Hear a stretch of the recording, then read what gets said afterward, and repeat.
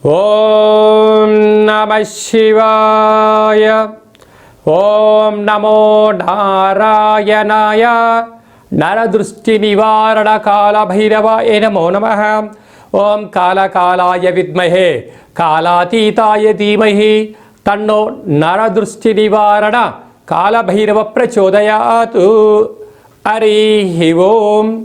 మా ఛానల్కి స్వాగతం. చూస్తున్న వీక్షకులకు ప్రేక్షకులకు ప్రియ కాళభైరవ భగవద్బంధులకి స్వాగతం పలుకుతూ మమ్మల్ని ఎంతగానో ఆదరిస్తూ ఉండబడినటువంటి ప్రియ సోదర సోదరీమణులకు జ్యోతిష్య అభిమానులకు సనాతన ధర్మ సంరక్షకులు అందరికీ కూడా శ్రీ విశ్వావసునామ సంవత్సర చైత్రమాస శుద్ధ బహుళపక్ష ఆదివారం అమావాస్య సందర్భంగా అందరిపైనను ఆ కాళభైరుడి యొక్క కృప కటాక్ష వీక్షణ ఉండాలని కోరుకుందాం.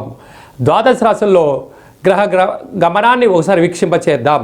మేషరాశిలో ఏడాది తర్వాత రవి సంచార స్థితి, వృషభ రాశిలో దేవగురు బృహస్పతి చివరార్ధ సంచార స్థితి, కర్కాటక రాశిలో కుచ భగవానుడు నీచ భంగ రాజయోగ సంచార స్థితి, కన్యరాశిలో కేతు సంచార స్థితి, మీనరాశిలో చతుర్గ్రహ సంచార స్థితి, బుధ భగవానుడు శుక్ర భగవానుడు శని భగవానుడు రాహు భగవానుడు సంయోగ సంచార స్థితితో ద్వాదశ రాశుల్లో గ్రహ గమనాలు ఈ విధంగా ఉన్నాయి.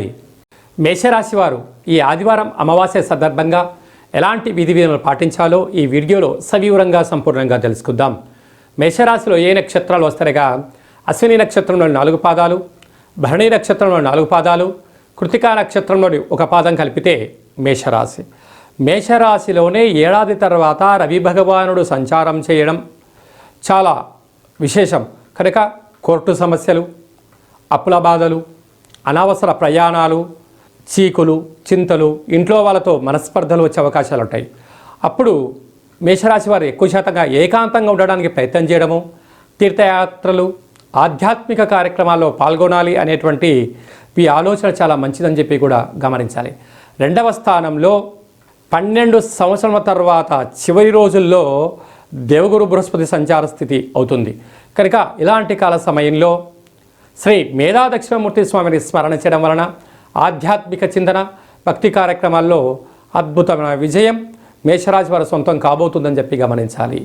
అలాగనే నీచభంగ రాజయోగ సంచార స్థితిలో కుజుడు సంచారం చేయడం వలన వీలైనంత వరకు ఈ శనివారం శని త్రయోదశి ఆదివారం అమావాస్య సందర్భంగా దూర వాయు జల ప్రయాణాలకు దూరంగా ఉండండి.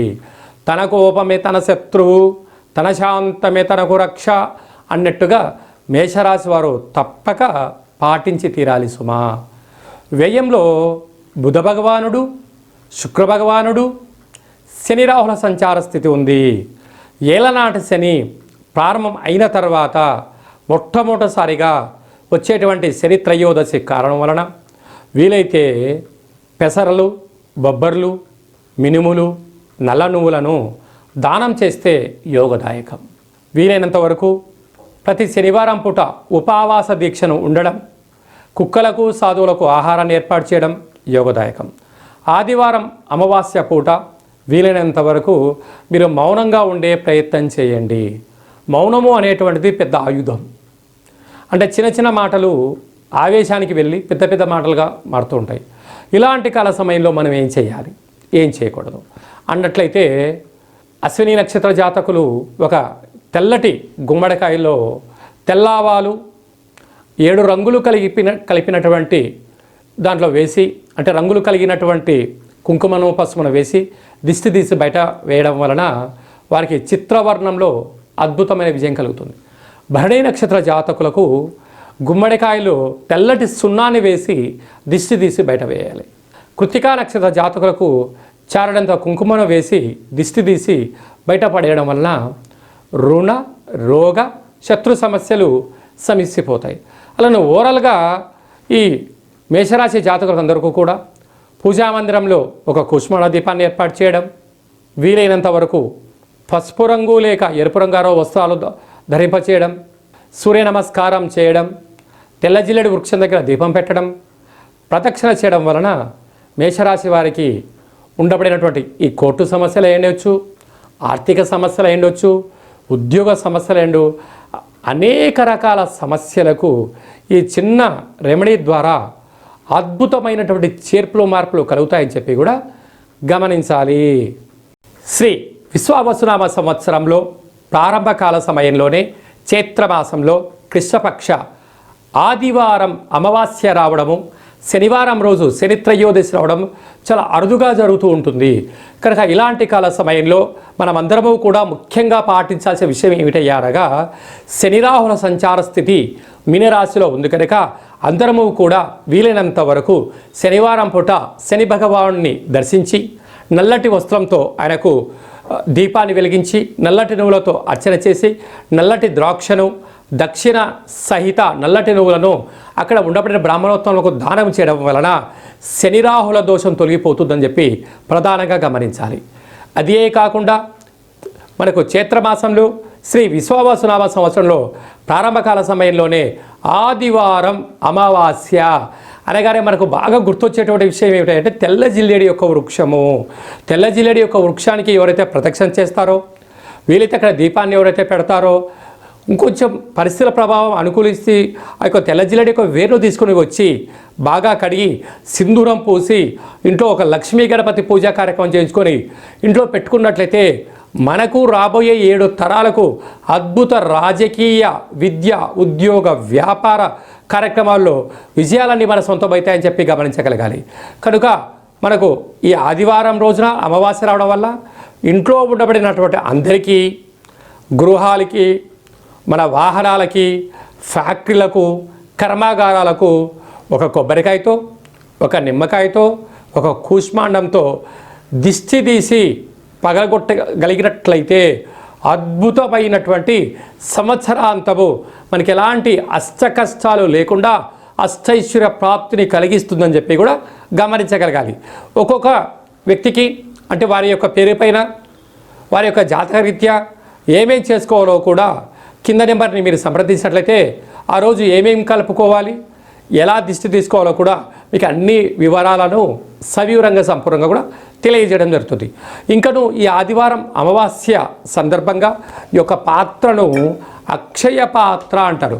అంటే ఎప్పటికీ కూడా నశించబడనటువంటిది అంటారు.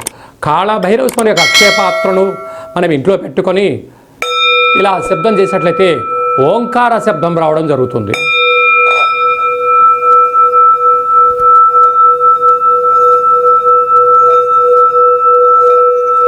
ఈ శబ్ద తరంగాల్ని సృష్టించడం వల్ల ఇంట్లో ఉండబడినటువంటి జ్యేష్ఠాదేవి బయటికి వెళ్ళిపోయి గ్రామంలో, దేశంలో, రాష్ట్రంలో సంచరిస్తూ ఉండబడినటువంటి మహాలక్ష్మి మాత గళ్ళు గళ్ళుమంటూ ఇంటికి రావడం జరుగుతుంటుంది. ఈ అక్షయ పాత్రతో పాటు ఒక కాలభైరవ పూజా కార్యక్రమం చేయించి 20 రకాల వస్తువులతో మీకు దిష్టి తీయించి పాత్ర అందజేయడం జరుగుతుంది. ఆసక్తి గలవారు ఈ కింది నెంబర్ని సంప్రదించవచ్చు. అలాగనే మీ వ్యక్తిగత జాతకం తెలుసుకోవాలనుకుంటున్నారా?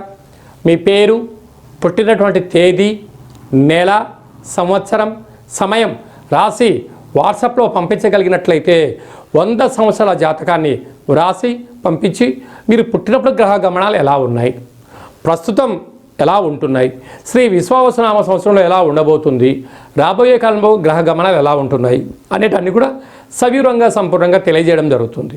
చాలామందికి పుట్టినటువంటి వారికి డేటా బర్తులు లేనటువంటి కారణం వలన చాలామంది ఇబ్బంది పడుతూ ఉంటారు. మీ యొక్క పేరు యొక్క మొదటి అక్షరాన్ని అనుసరిస్తూ రాశిని తెలియజేస్తూ రాశి యొక్క ఆదాయ వ్యయాలు, రాశి యొక్క పరిస్థితులు అన్నీ కూడా తెలియజేయడం జరుగుతుంది. అలాగనే కాలభైరవ ఉపాసన చేత రమణ శాస్త్రం ద్వారా భూత, భవిష్యత్, వర్తమానాన్ని తెలియజేయడం జరుగుతుంది. కనుక జాతకాన్ని తెలుసుకుందాం, జీవితంలో రాబోయే అడ్డంకులు ముందే తెలుసుకుందాం, వాటిని అధిగమించే ప్రయత్నం చేద్దాం, ఆ కాళభైరవ స్వామికి ఆశీస్సులు పొందుదాం, అందరము బాగుందాం, అందులో మనమందరం ఉందాము అనేటువంటిది కార్యక్రమంలో స్వామివారి ఆశీస్సులు పొందుదాం. అందరికీ శుభం, జయం, లాభం జరగాలని కోరుకుంటూ ఆశీర్వచనం. ఓం శతమానం భవతి శతాయు పురుష సతేంద్రియ ఆయుష్యేవేంద్రియే ప్రతిష్టతి.